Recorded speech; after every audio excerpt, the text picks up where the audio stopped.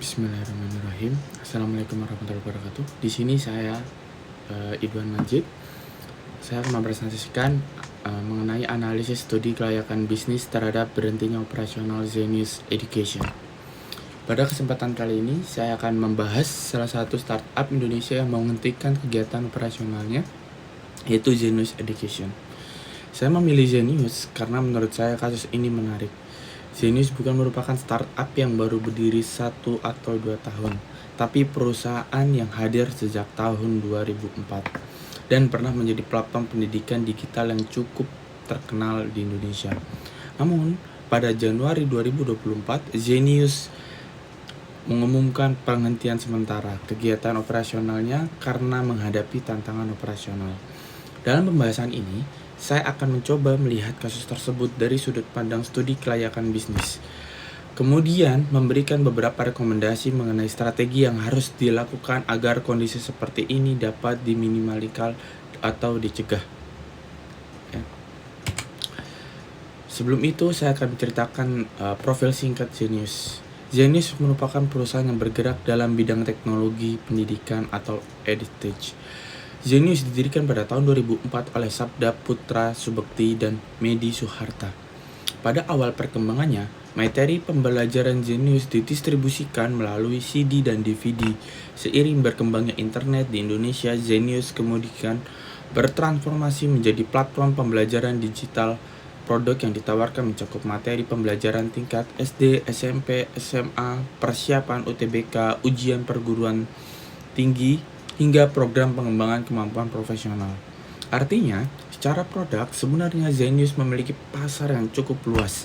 Namun, setelah sekitar 20 tahun beroperasi, pada Januari 2024, Zenius mengumumkan penghentiannya sementara karena adanya tantangan operasional. Selanjutnya yang ketiga, analisis dari aspek studi kelayakan bisnis. Aspek pasar dan pemasaran.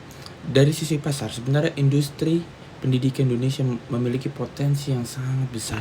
Jumlah pelajar besar serta meningkatnya penggunaan internet menciptakan peluang bagi bisnis pendidikan digital.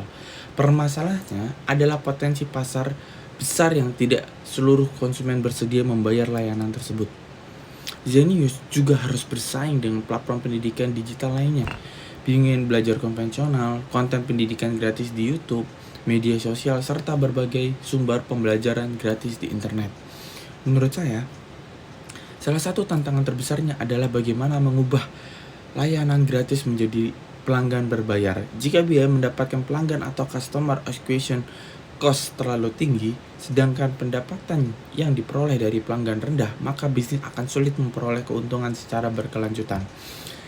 Jadi dari aspek pasar, yang perlu diperhatikan bukan hanya jumlah pengguna, tapi juga kemampuan perusahaan melakukan monetisasi terhadap pengguna tersebut. Lalu aspek keuangan, aspek berikutnya menurut saya merupakan salah satu aspek paling penting, yaitu keuangan. Startup sering berfokus pada pertumbuhan penggunaan dengan sangat cepat.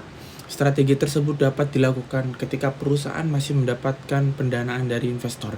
Tetapi, perusahaan tidak dapat terus-menerus bergantung pada dana investor. Pada akhirnya, sebuah bisnis baru harus memiliki kondisi yang dimana pendapatan harus lebih kecil dibandingkan biaya operasional. Jika perusahaan mempunyai jumlah karyawan yang besar, biaya pemasaran tinggi, pengembangan teknologi yang mahal, tapi pendapatan belum mampu menutupi seluruh biaya tersebut, maka perusahaan akan mengalami tekanan terhadap arus kas. Dalam kasus Zenius, perusahaan sebelumnya juga telah melakukan beberapa kali PHK sejak 2022. Menurut saya, kondisi tersebut dapat indikasi bahwa perusahaan sedang mengalami efisiensi dan berusaha menyesuaikan struktur biaya dengan kondisi bisnisnya. Dari sudut pandang studi kelayakan bisnis, perusahaan seharusnya secara rutin melakukan analisis yaitu cash flow, break-even point, burn-out, runway perusahaan, proyeksi pendapatan, biaya operasional, and return on investment. Dengan demikian, perusahaan dapat mengetahui lebih awal apabila model bisnis yang dijalankan mulai tidak sehat. Aspek teknis dan operasional. Sebagai perusahaan EdTech, Zenius membutuhkan sistem teknologi yang mampu melayani banyak pelanggan. Perusahaan harus mengeluarkan biaya untuk pengembangan aplikasi, server dan infrastruktur digital, pembuatan konten, tenaga pengajar, developer, customer service, serta pemeliharaan sistemnya. Permasalahan muncul ketika struktur operasional berkembang lebih cepat dibanding pendapatan perusahaan. Misalnya perusahaan menambahkan jumlah karyawan dan produk karena perkirakan jumlah pengguna akan terus bertumbuh. Apabila pertumbuhan tersebut ternyata tidak sesuai dengan proyeksi, perusahaan tetap menanggung biaya operasional yang sudah terlanjur besar. Karena itu, ekspansi sebaiknya dilakukan secara bertahap, berdasarkan kemampuan finansial dan juga permintaan pasar yang benar-benar terbukti. Aspek manajemen dan sumber daya manusia. Aspek berikutnya adalah manajemen dan SDM. Ketika sebuah startup memperoleh penspek berikutnya adalah manajemen SDM. Ketika sebuah startup memperoleh perdanaan besar, perusahaan sering melakukan ekspansi dengan cepat. Perusahaan merekrut banyak tenaga kerja, membentuk berbagai divisi dan mengembangkan banyak produk serta secara bersamaan. Strategi tersebut memang dapat mempercepat pertumbuhan startup tersebut, ya. Tapi konsekuensinya adalah fixed cost perusahaan ikut meningkat. Ketika kondisi pasar berubah dan pendanaan investor berkurang, perusahaan akan sulit mempertahankan struktur organisasi tersebut. Menurut saya, ya, manajemen startup seharusnya menerapkan prinsip sustainable growth, bukan growth at all cost. Artinya, perusahaan tidak hanya mengajar pertumbuhan sebanyak mungkin, tetapi memastikan setiap ekspansi memiliki kontribusi terhadap pendapatan dan keberlanjutan perusahaan. Yang selanjutnya yaitu aspek persaingan.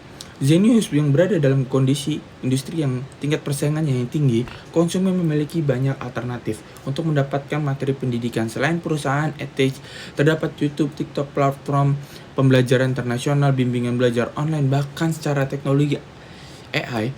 Hal ini menyebabkan switching cost konsumen relatif rendah. Ketika konsumen merasa layanan lebih mudah, lebih murah, atau bahkan gratis, mereka dapat mudah berpindah.